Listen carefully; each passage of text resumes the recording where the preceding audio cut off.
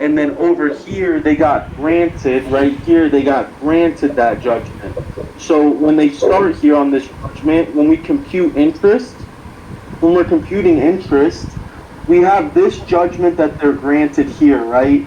So they get this order of default judgment, and below that, they'll start to talk about as of April 5th, they'll get a post-judgment statutory interest rate. So that's what the interest is that we're doing on these sub-items, is the post-judgment interest rate. So I know it looks confusing sometimes on these documents, but we're looking for specifically when we go, it's always right below the numericals, and then it'll always say and with a post-judgment statutory rate, interest rate, and they didn't even explain a percent here, so we can kind of go down. But right here, this post-judgment interest rate and all of these, it says plus attorney fees, cost of collection, expenses, and disbursement. All of these are added to this. And that's why sometimes you guys will see that we'll get a motion from the plaintiff, or we'll get an order from the plaintiff more than what this judgment is. So that's what all the extra money is based upon the judgment, and that's why we're kind of wanting to clarify on those orders, on those total granted funds. So right here,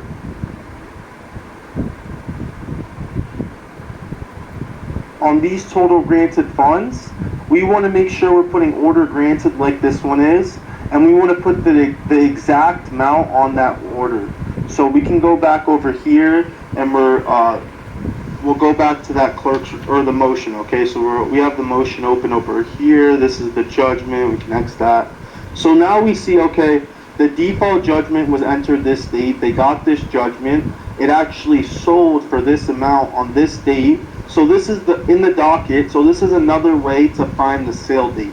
So in the docket, when we're having troubles finding the sale date or etc., the motion from the plaintiffs or motions from pretty much any party to claim money, they'll state the sale date. So it was sold for this sale price on this date, and the plaintiff has incurred additional costs as follows. So this is the extra money that they incurred post-judgment beyond this judgment. So ever since April 5th, up until this date up here that they got paid, filed, it's the same date right here. Up until that date that they got paid, they incurred this amount of extra funding of interest and fees and etc. So now we see this is the total. Okay, so this is the motion, and then following the motion, we have an order granting funds. So there's an order releasing the funds, and they ordered to release this amount to the plaintiff. So that's the total granted funds. So when we go over here, this one's perfect. And then now when we go back, we can open it up. We see there's a discrepancy, of course, that there's a surplus here of the amount of $12,113.43. Now, what we kind of want to do is we want to start going back in and making sure that all the parties are defaulted after the fact too. So, and just double checking. So right here, we see this party's clearly dismissed. When we're dismissed, guys, we want to start, we always want to add them, even though they're dismissed. Dismissed is just, okay, they're actually already here. It's just another word for defaulted. So dismissed is just another word for defaulted. If you see it up here like that and it says dismissed, you can just always add them as a sub-item and defaulted.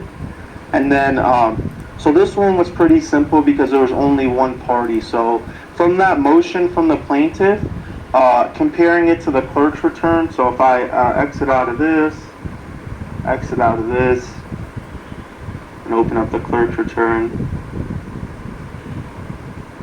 Okay, so on this clerk's return, they didn't give much information, right? So let's go back over here. Let's see if they didn't give much information on this clerk's return. So right here, all they did was they state, okay, this is the sale price. Let's see if they said the date. No, but they said the payer right here. The payer is always going to be the purchaser. We have the payer's address. That's not the foreclosed address, but that's the payer's address. And then this is the transaction date, so that's the sale date right there. This is the sale amount, and we're going down, okay, and we can confirm it right here. So Anna Jones, we're going back, okay, is this Anna Jones? Yep, Anna Jones, and then we go back, okay, perfect. So this is the right one, but as we see here, the clerk's return, this one takes a little bit more analyzing and reading to actually see, right here they have the prices, but it takes a little bit more reading and seeing to see what everything is. Rather, if we go here, they're being as explanatory as possible by saying, okay, this is our original judgment, this is what extra we're owed, and this is the sale date, this is the sale price, and this is how much they're praying to get granted. So whenever we see a motion like this, an application or a motion filed to release funds, to claim funds, we'll always have the status motion motion to claim up until this order is granted. So whenever this order is granted, then we change it to order granted. And then for the percipient, for example, so I can go down here, party status is percipient. So it says we have 242 with the percipient, which, okay, we can move over and I'll change it to case status, sold with surplus. Okay, so it's telling us that we have 112 with just a percipient, meaning that there's no order granted or clerk's return. So just to go through here, I can kind of just pick out one. Let's see, organize it by sale date. And I can kind of just pick out one, for example, July 7th. Okay, so July 7th, right here.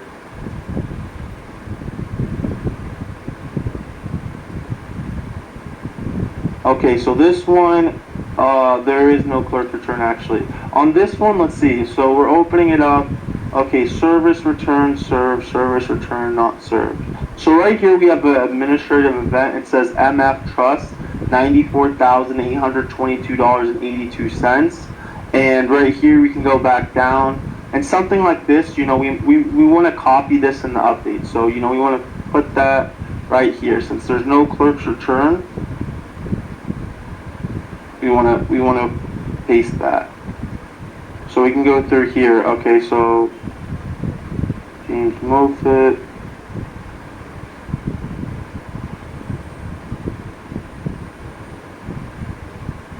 Okay, so for example, this one, the clerk's return on this one's right here.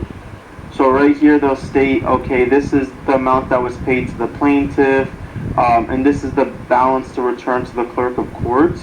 So these are the ones, like for example, I know there's a lot of these ones with percipient filed, and right here if we go down, they have a motion right here to claim, and then actually this one the defendants came forward. So right here it says on this date Amanda Whipple and these defendants came forward. So they are coming forward for, he had 5 children. So they explained all 5 children here, and then they're going over here and they're explaining. Okay, so right here they're explaining that they want to distribute only to 3 of the 5 heirs. So we have 1, we have 2, we have 3 heirs, and then we go right here, it says he was not married at the time of his death and had 5 children. So then we go back down, we see there's a 1, 2, 3, 4, 5, 6, and one of them's actually deceased. So these are the people, again, in this one we want to skip trace.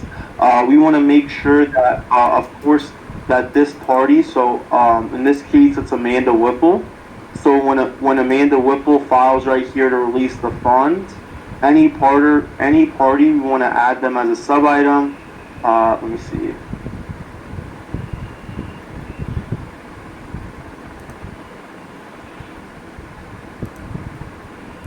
Okay, so order granted. Yeah, we just want to add Amanda Whipple as a sub item too, just because we want to know who filed the motion to claim, or who the heirs filed with, and then we can go back here and we can put intervener, and then order granted.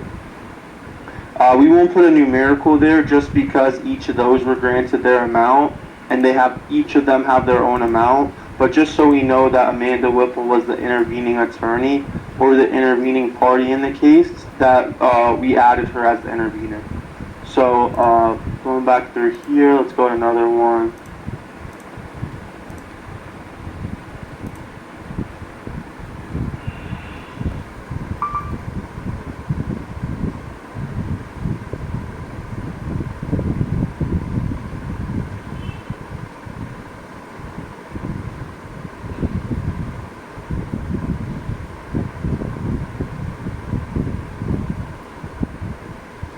Go through here and then organize it by sale date again, just so I can confirm one.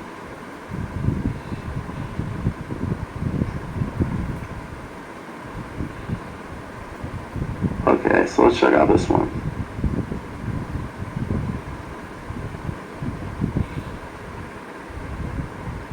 Okay, so for example, another one here, we have the clerk's returns. We have a motion from the plaintiff.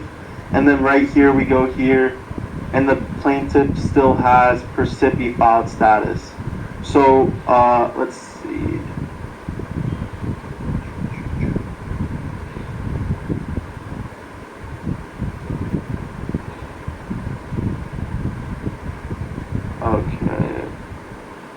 Okay, so this one we got the clerk's return in, so that was good, but we want to make sure we're getting that whenever these plaintiffs, basically we should have never have this plaintiff percipi filed maybe a month after the sale is the latest. It just depends on the county. Sometimes they'll get it done within 2 or 3 days. They'll file a motion to claim from the sale. So we shouldn't have this percipi filed for so many. I know that there's a lot of them that they don't have documents inside or etc. And those ones I can kind of go back through and then point out specific points in to look in the docket for those ones. But for right now, we want to make sure that that we are on all these percipi filed ones, that we're putting in the motion to claim right here in the date. We don't in the file right here, these two. You can put in the order and the order file right here, and then whenever they're granted on that order amount is what we're putting here, and then we want to make sure that we're changing that status to order granted over here. And then whenever there's no order yet, we want to leave it at motion to claim, and that way whenever we have motion to claim as a status, we can just do exactly as we did here, and then we can go party status is motion to claim, and then we can kind of just set this as something to keep an eye on, and then just make sure we're watching. So that's basically, I just wanted to kind of clear up what we're supposed to be doing. So this base judgment is going to be pretty much that default judgment number. So whatever number's is on this motion or the granting of default judgment is what we're going to put in our base judgment. So right here, we'll go in our base judgment. Down here, again, the total granted funds is that ordered amount. So we go back in this one. This is the total granted funds of this case. $59,753.15.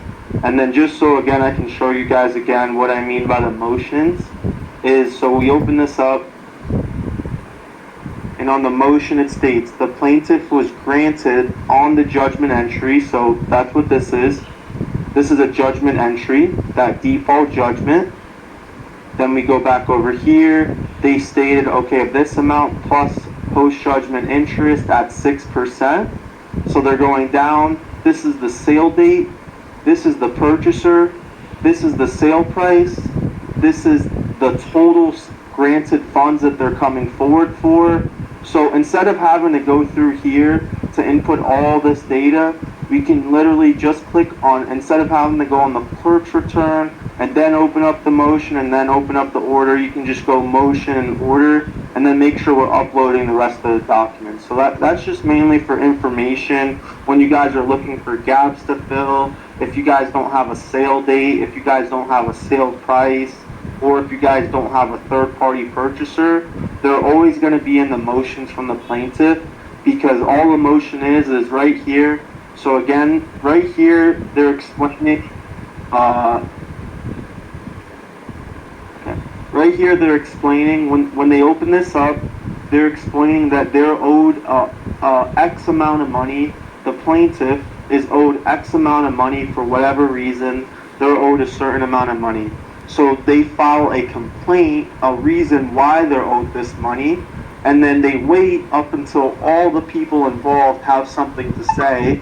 If there's nothing opposing what they have to say, then they grant them a judgment right here, which is a court, basically a court-granted debt amount, so a debt that's granted from the courts, which they then, when they get the debt, when they get this order from or they get the order for the judgment from the courts, they then send their judgment or their interest in the property to the sheriff, which is what this percipia is. So this percipia is now the sheriff receives the property, and then they're going to set it to sell, and then they're going to receive the money, and that's why it's called a sheriff's return on order of sale, because the sheriff's just reporting everything that they did that the plaintiff didn't. So the sheriff sells the property, they take the money from the sale, they receive the money from the sale, and then they give it back to the courts for the plaintiff to file a motion for.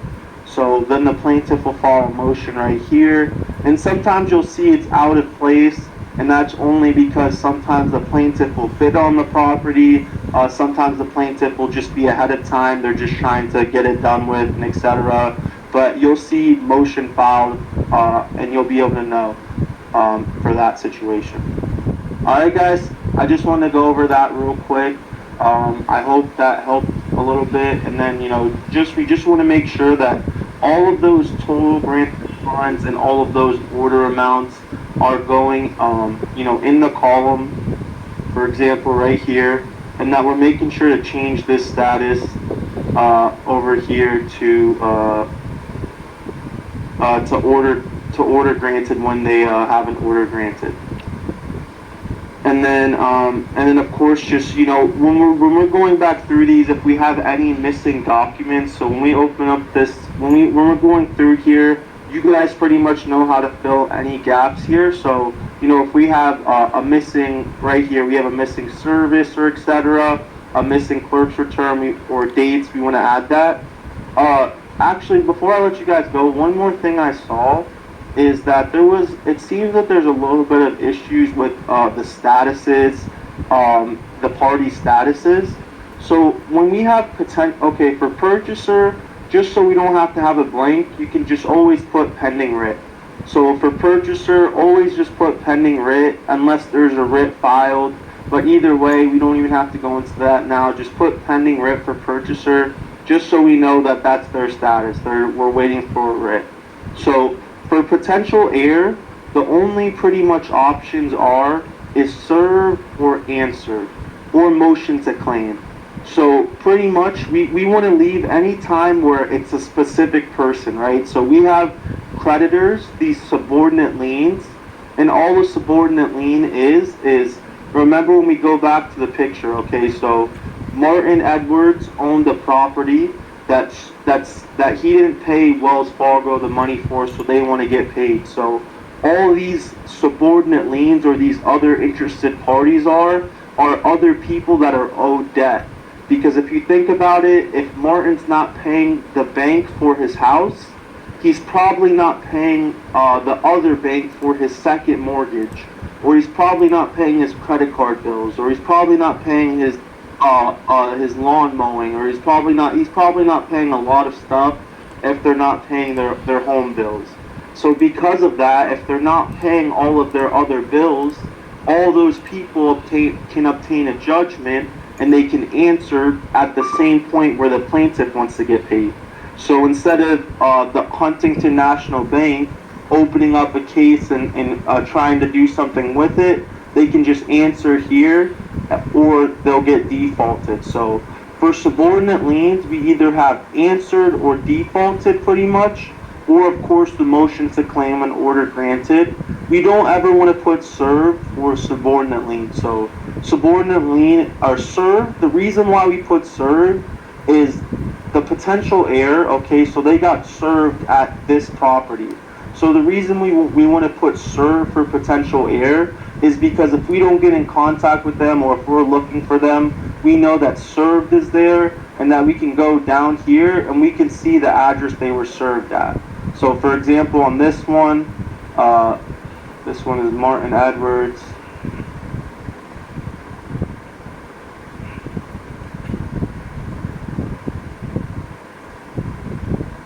Okay, so this one's a closed docket. Okay, so right here we go to Kathy Edwards, and we have that address here. So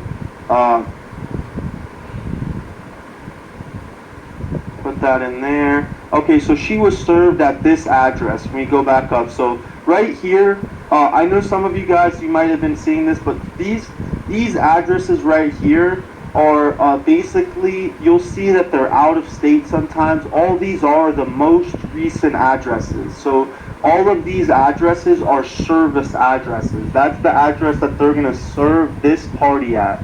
So this is the party right here. This is a party to the case. And this is the address where they're most recently at. So that might not be the foreclosed address. It's not going to be the foreclosed address all the time. Sometimes it will be. But when we go down here, we can see here, this was the address she was served at. So we go up here, and we see here the address Kathy J. Edwards was served at.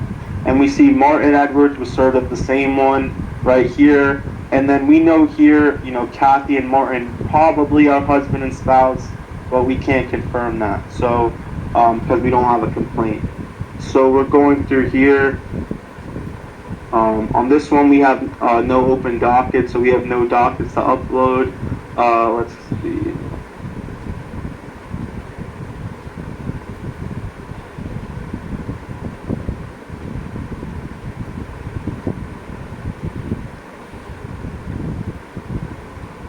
Okay. This one literally has nothing. One thing I want to show you guys actually real quick. On these official record links, so I always resort to DocsPop. I'll just resort to DocsPop right away, and I'll go here and go back to the lead.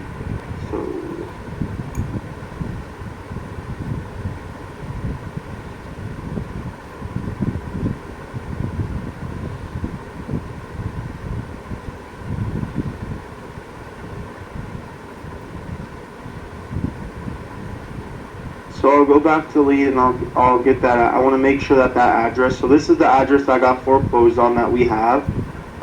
We can go up to DocsPop and it's Howard County. So let's make sure they're on DocsPop. Okay, Howard isn't on DocsPop. Okay, so we'll go back down here. Let's go to Howard. Okay, so we have Beacon. Beacon's not that good. So for the liens and the disbursements, when we're looking for disbursements, let's see how this one is looking. Okay, they use Loretto. So right here we have PropStream. So PropStream it's a little bit more in depth towards the property than REI Pro. So when we go over here.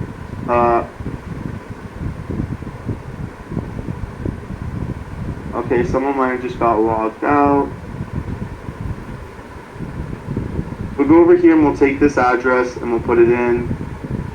And then we'll click details. So now we're opening it up. When we go over here, we see all of the information currently about the property. And this is about the current owner, but we're looking for the previous owner. So we're gonna go to mortgage or transaction history and we're gonna see if we see it. So we're going back down. And nope, we don't see anything because this is such an older case. So we can go back and we can look through here and see if we see any any of the matching names, so Martin Edwards. And this might happen for a lot of these older ones, so these 2010 sale dates, they just didn't have to post them online, so they're a little bit more harder to find information on, but you should be able to find them on a lot of them. So this one specifically wouldn't give us any information, but just to see about DocsPop, you can actually see mortgage or transaction history. So you can see the current mortgages, which is not, this is the mortgage that's tied with the property. So we see that there's a document number here for official records, and then there's a transaction or mortgage history here. So we actually see the buyer's name, we see the sale date here, and then we see the amount that they bought it for here. So when we're going through here on PropStream, we just want to make sure that the buyer is separate than the current owner here. So this is the current owner, and we want to look for the transaction around this sale date, at the time of this sale date, and we want to see who that new owner is. So in this one, there's nothing because it's such an old one, but if we go back to a newer one,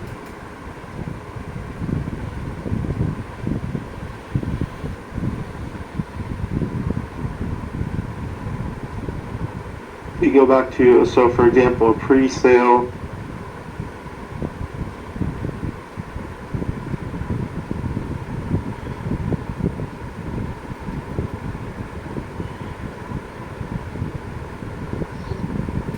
Okay, so this one actually gives us pre-foreclosure details. So you'll see that on here a lot of times. It's right here. It's giving us a lot of the sale information. It's telling us, who the plaintiff is right here, the lender name, the recording date, the judgment right here. This is the location of the sale and the sale date and time. This is the foreclosing attorney's information, etc. I believe this is the case number maybe. Let's see. No, that one's not the case number. But they're giving us a lot of information on these on the PropStream as well. And then we can go through here, and if there's any liens and etc., when we click on here, it'll give us all the lien amounts. It'll say the sub items and the sub parties right here, parties to cases, and it'll say their unpaid balance amount here. So that'll pop up on PropStream as well, and can be used to get more of the sub items judgments if they're not in the docket. All right, guys. I'll let you guys go now. Okay. Yeah. Okay. Yes. Okay. Does anyone have any questions, or does anyone have any questions, concerns, or are you all good? Okay. Okay. I'll let you guys go. Okay.